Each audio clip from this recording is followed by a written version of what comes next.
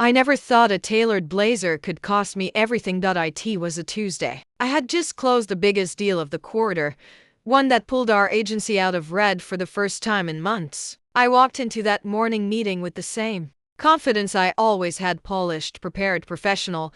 But my boss, Daniel Mercer, barely looked at the reports I handed in. His eyes flicked to my blouse, then back to me, and he said it with a smirk. "You might want to tone it down, Alexis. Your presentation is distracting the team." I froze. For a moment, I actually thought he was joking. I wasn't wearing anything inappropriate, just a blush-colored blouse, neatly tucked, and a pencil skirt that reached below my knees. It was the same professional look I'd worn for years. But this time, I wasn't invisible. This time, I was being seen and punished for it. I felt every eye in the room shift uncomfortably. Not one person spoke up. Not my assistant. Not my teammates. Not the junior account executive who had once begged me for a recommendation. That's the moment I realized I wasn't part of the boys' club. I had only been tolerated because I was useful, because I brought in clients no one else could. But the moment I stood out even slightly, they wanted me gone. I spent the rest of the day pretending I wasn't humiliated. I smiled through lunch. I ran to client calls. I even stayed late to prep the presentation. Daniel was too lazy to finish himself. And then, as I was about to shut down my laptop, I saw it. An email. Subject line: performance concerns, immediate action required. They were planning to fire me. And a warning. No discussion. Just a folder full of fabricated issues compiled over weeks, maybe months. My so-called lateness from the one time I stayed home sick. My disruptive tone in meetings. The one time I dared to disagree with Daniel in front of a client.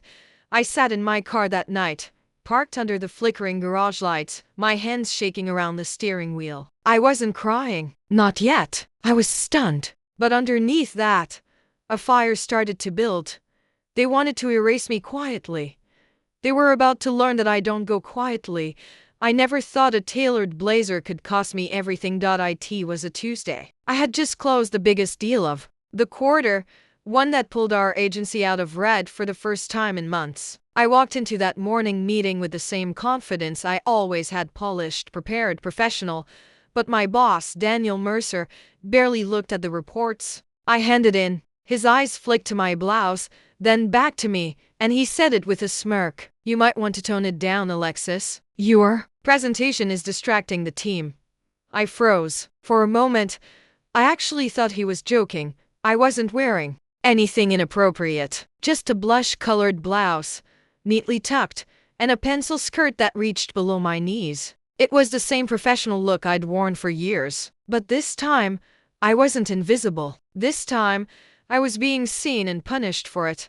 I felt every eye in the room shift uncomfortably. Not one person spoke up. Not my assistant. Not my teammates. Not the junior account executive who had once begged me for a recommendation.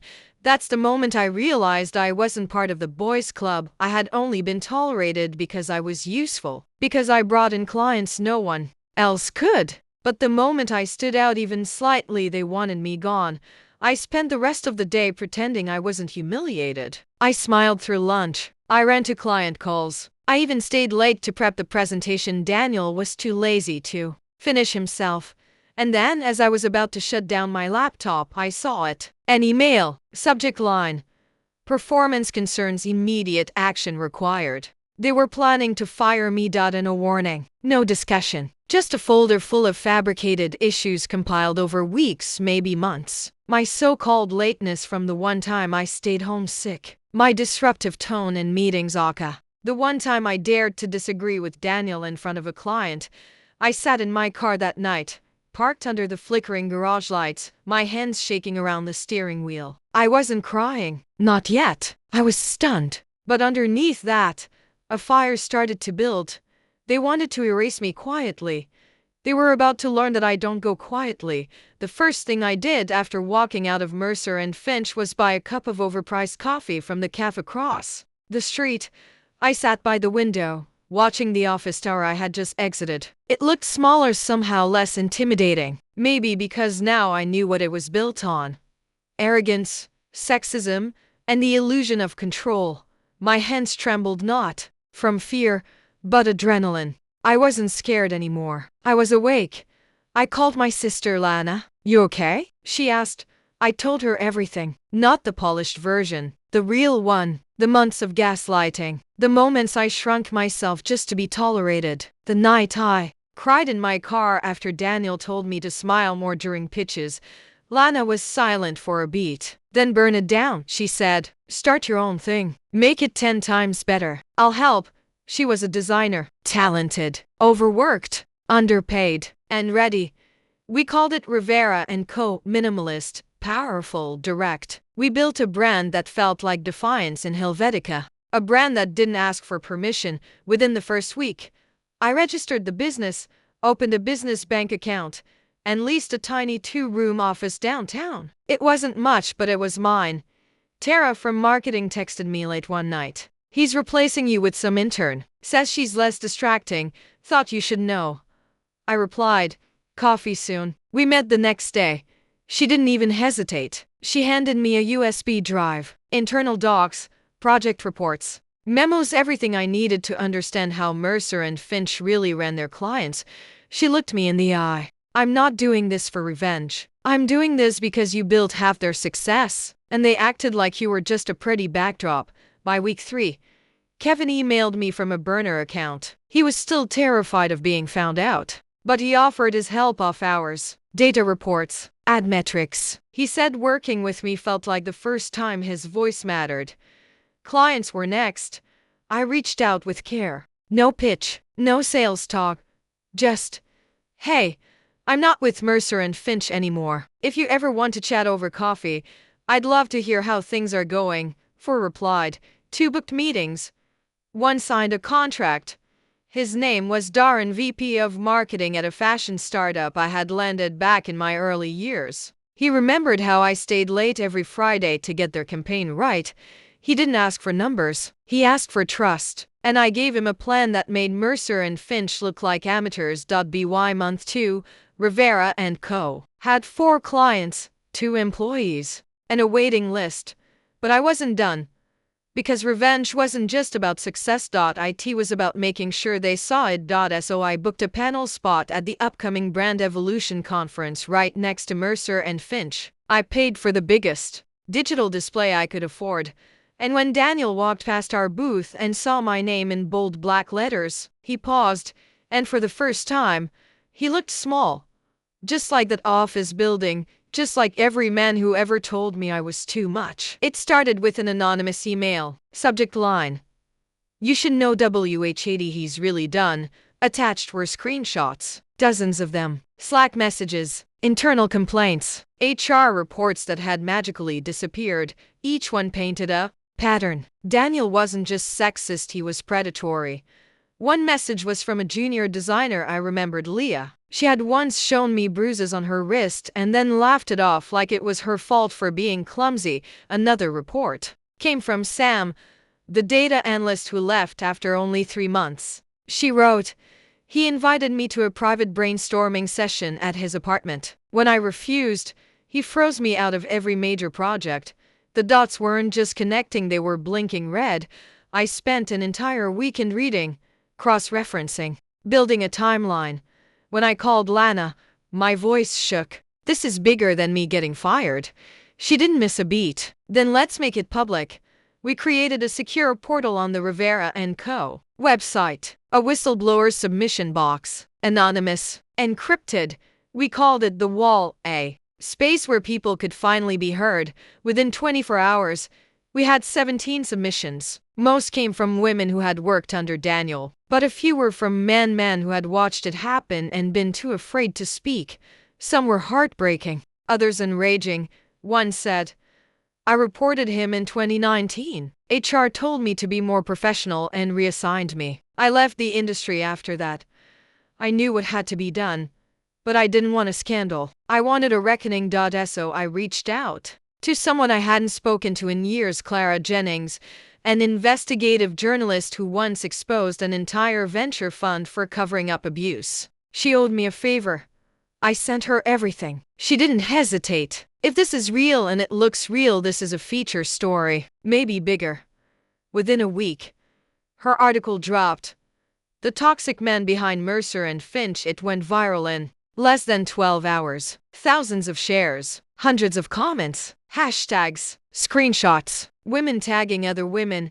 Wasn't this the guy who? And then the clients began to pull out, one by one, quietly at first, then openly. The fashion startup I signed? They released a statement. We don't align with Mercer and Finch's values. Effective immediately. All campaigns will be managed by Rivera and Co. Daniel tried to fight back, issued a canned apology. These allegations do not reflect who I am today. But the screenshots said otherwise, and so did the women. The board placed him on administrative leave. Then he was suspended, then terminated. Just like that. The man who once told me I was too emotional for leadership lost everything because of the emotions he tried to silence. But I wasn't celebrating yet because I knew this was only the beginning. I wasn't just building a company. I was building a movement. And the world had just started listening. The office was quiet when I stepped in. Too quiet. People glanced at me, but not with the dismissive looks I remembered. This time they looked uncertain, curious. Some even smiled nervously. They had seen the article. They had watched Mercer and Finch crumble under the weight of Daniel's secrets. I wasn't supposed to be there. But I had a meeting with the board. An emergency one. See, while Daniel was spiraling publicly, the board had a choice. Fight to salvage what was left, or beg the woman they once underestimated to save them. And I made them beg. Lana and I had spent days preparing a proposal. A full rebrand. A new executive team. Partnerships with advocacy groups, and this was key, a woman-led marketing campaign that positioned Rivera and Co. as the future of ethical branding. We called the campaign Reclaim the Room. The pitch wasn't just sharp, it was lethal. Every slide, every stat, every story was crafted like a blade. When I walked into that glass conference room, I wore white, not just for the symbolism, purity, clarity, power, but because I knew Daniel hated that color, said it was too soft for leadership. Well, this soft woman just took his empire. The board was already shaken. 3 of their biggest clients had transferred to me in the past 48 hours. Their revenue projections had collapsed. Their LinkedIn mentions were a disaster. I didn't smile. I sat down, opened my laptop, and said, "Let me be clear. I'm not here to clean up your mess. I'm here because the people who were hurt deserve more than a PR statement. And I'm offering you a future, one you don't deserve, but one I'm willing to build on my terms." Silence. Then, the oldest board member, a woman, to my surprise leaned forward and said, "What would those terms look like?" I didn't blink. "Daniel is gone." Good, but that's not enough. Every executive who ignored complaints, every HR lead who buried reports, gone. I want a public apology. On your website, in your press kits, and I want 51% of the new brand to be owned by the employees. They balked. Of course they did. But I didn't flinch. Because behind me, I had power. Not just clients and numbers, voices. Hundreds of women ready to speak, to walk, to burn it all down. The board reconvened the next day. And they said yes. Mercer and Finch would be dissolved. The assets would be merged into Rivera and Co. And I would be CEO of the new entity, Rivera Global. It wasn't just a promotion. It was a revolution.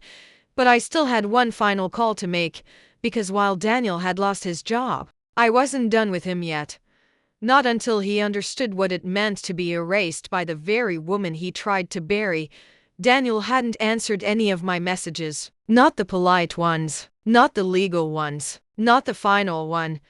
"You have 24 hours to vacate your office." And yet, when I walked into his old office, my new office, he was there, feet on the desk, whiskey in hand, tie loose. A smug smile stretched across a face that had no right left to be smug. "You think you're winning," he said. "You think this means something, but you'll never be one of us." I didn't respond. I walked past him, opened the cabinet, pulled out a file. His personal misconduct reports now unsealed. 27 pages. 27 victims. I slid them onto the desk. "You're not leaving here as a man who got outplayed, Daniel. You're leaving here as a man who got exposed." He laughed. You want me to grovel? I looked at him like he was a paperweight, something to be moved, disposed of. I don't need you to grovel. I just need you gone. Security came 5 minutes later, not at my request, at HR's, because the new HR, under my leadership, actually did its job. As they escorted him out, Daniel turned to the hallway where half the office had gathered, not cheering, not laughing, just watching, silent, judging. He looked back at me and sneered. They'll turn on you too. Power makes them nervous. I walked toward him, close enough for only him to hear. Let them be nervous. Nervous people don't fall asleep. They watch. He was gone by noon. And by PM, I received an email, subject line, Ray. The documentary affair. It had been a week since a producer contacted me. Netflix, Hulu, even YouTube originals. They wanted to tell the story, not of Daniel, of me, the woman who flipped the narrative, who took the insults about her body, her clothes, her tone, and weaponized them into a movement. And I was ready. But I wasn't going to let someone else write that story. Not a man, not a brand, not a network. If they wanted my story, they would get it on my terms. And that meant one thing. I wasn't just going to tell the world what happened. I was going to own the narrative. The first podcast invitation came the next morning. Then a TED Talk. Then a panel at a Women in Tech conference. Within a month, Alexis Monroe wasn't just trending, she was being studied. How she broke the boys' club. Alexis Monroe's rise. Fired for being a distraction. Now she's a disruptor. But I wasn't interested in fame. I was interested in building something unerasable. I founded VoxFem, a consultancy for workplace equity and legal defense led by women, built for women, funded by the very companies that once ignored women like me. And guess who applied for a junior analyst role? Natalie. The same Natalie who once whispered behind my back that I wore ambition like perfume. Now she was in the waiting room, our some trembling, eyes hopeful. I didn't deny her the job. I gave her one, but not in strategy, not in branding. No, I placed her in employee well-being. Her first assignment? To review Daniel's misconduct files and map long-term harm trajectories across the departments he managed. Her face turned white when she saw the file stack. You want me to read his reports? I want you to feel what silence allows, I replied. She didn't thank me. She didn't need to. Her silence told me everything. The same silence that used to haunt me in the office halls was now working for me. And the men, the ones who laughed, the ones who voted against my promotion, they had a new nickname for me in industry circles, the CFO killer. I didn't deny it. In fact, when the Times called, I gave them a quote. If protecting my dignity makes me dangerous, maybe you should ask why safety feels threatening to you. The headline, she didn't just take their clients, she took their confidence, and still, it wasn't enough. Because somewhere out there, in another office, another woman was hearing the same words I once heard. Maybe tone it down. You don't want to seem too emotional, and she needed to know Alexis Monroe was building a world where she'd never hear that again. The first corporate lawsuit didn't come from me. It came from Sienna Davis, a former intern. Her NDA had expired. Her silence had curdled. And her memory? Photographic. Sienna's case went viral. Screenshots, calendar invites, accidental hand brushes during meetings. The internet didn't just believe her, it championed her. By the time she tagged me in her first post, my DMs exploded. You inspired me. They never thought we'd talk.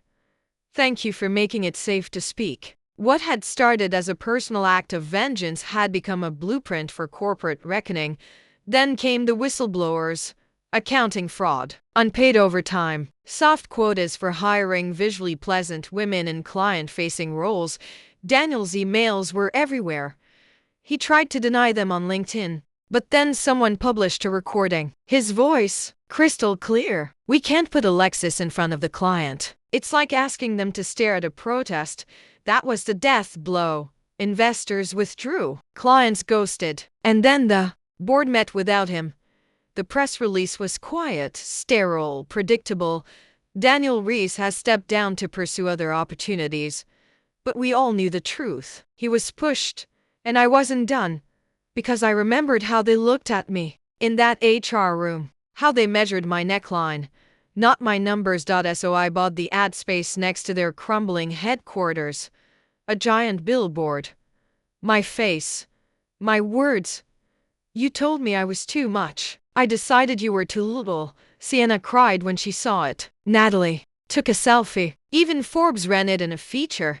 And as the sun set on the company that once humiliated me, a reporter asked what I'd do next. Build, I said. But this time, I'll build something no man can dismantle with a whisper. The office I built didn't look like his dot, and no marble walls, no frosted glass, no secretaries with fear in their throats, just raw wood tables, plants, light, and a culture of honesty so radical it scared investors. We grew fast. Too fast, maybe. Natalie became my COO. Sienna ran PR. Women, Black, queer, Muslim, Latina filled the rooms like we'd kicked down every gate, but with growth came shadows.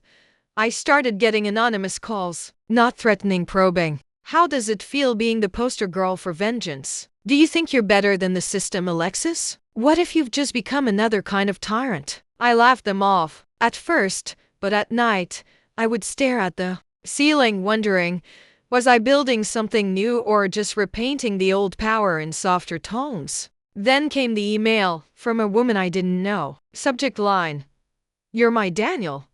It hit me like a punch. She had worked for me for 3 months, said she felt invisible, ignored, afraid to speak in meetings. She ended it with, "I thought you were different." And for the first time since I left that glass boardroom in heels and fury, I cried.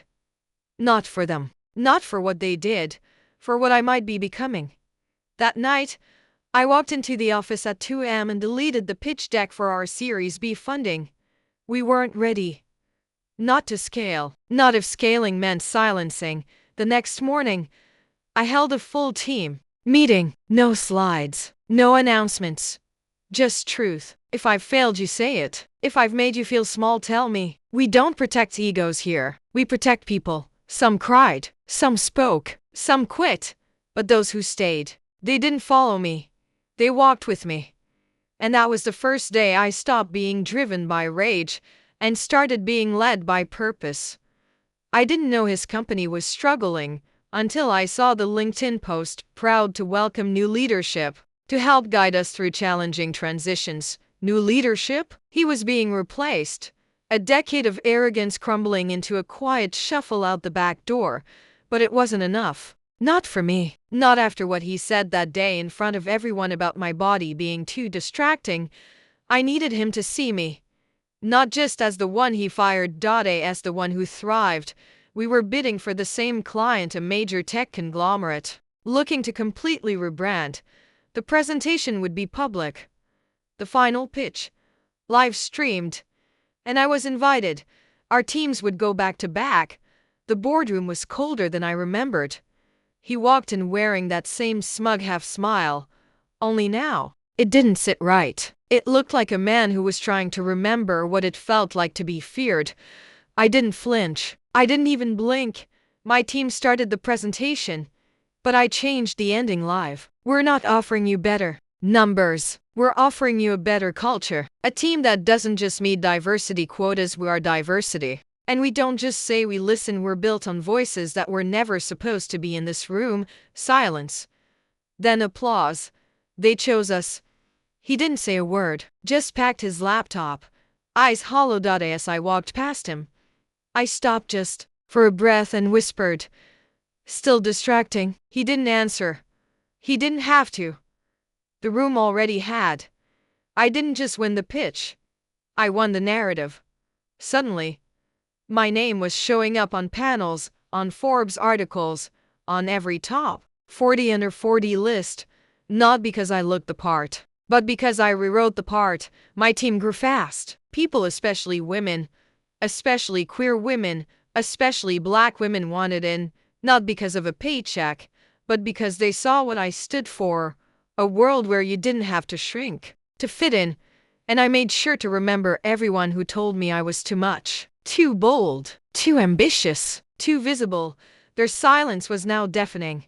One afternoon, I got a call from someone I didn't expect, his assistant. He's looking for consulting work. Do you have anything available? I laughed out loud. I didn't mean to, it just happened. Tell him I'm not hiring distractions. Click. That moment. That exact moment. I realized it wasn't revenge anymore. It was power. Because now I had the thing he feared most. A room full of people who believed in me. And I wasn't done building. I was just getting started. A few years ago, I just wanted a job. Now, I was building legacies.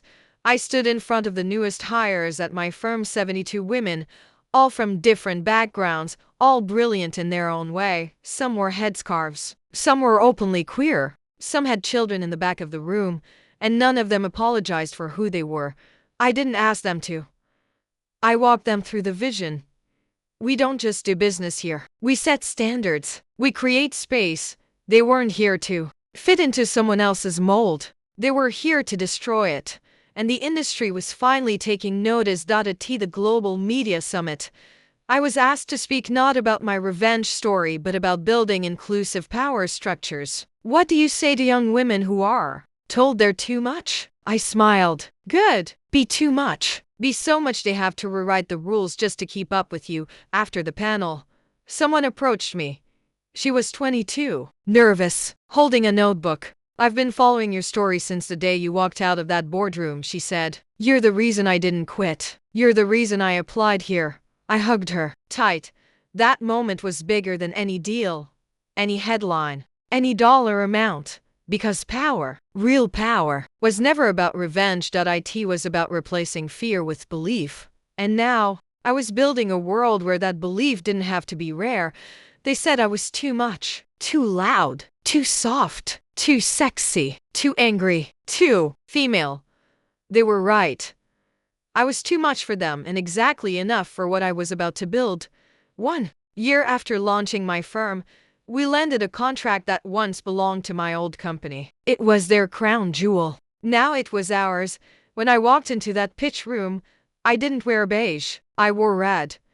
I didn't tone down my voice. I let it echo. I didn't hide my hips or tie my hair back or pretend to be anything but powerful. And they couldn't look away. The clients didn't even hesitate. They signed on the spot. A month later, my old company declared bankruptcy. They called it market pressure. But we knew better.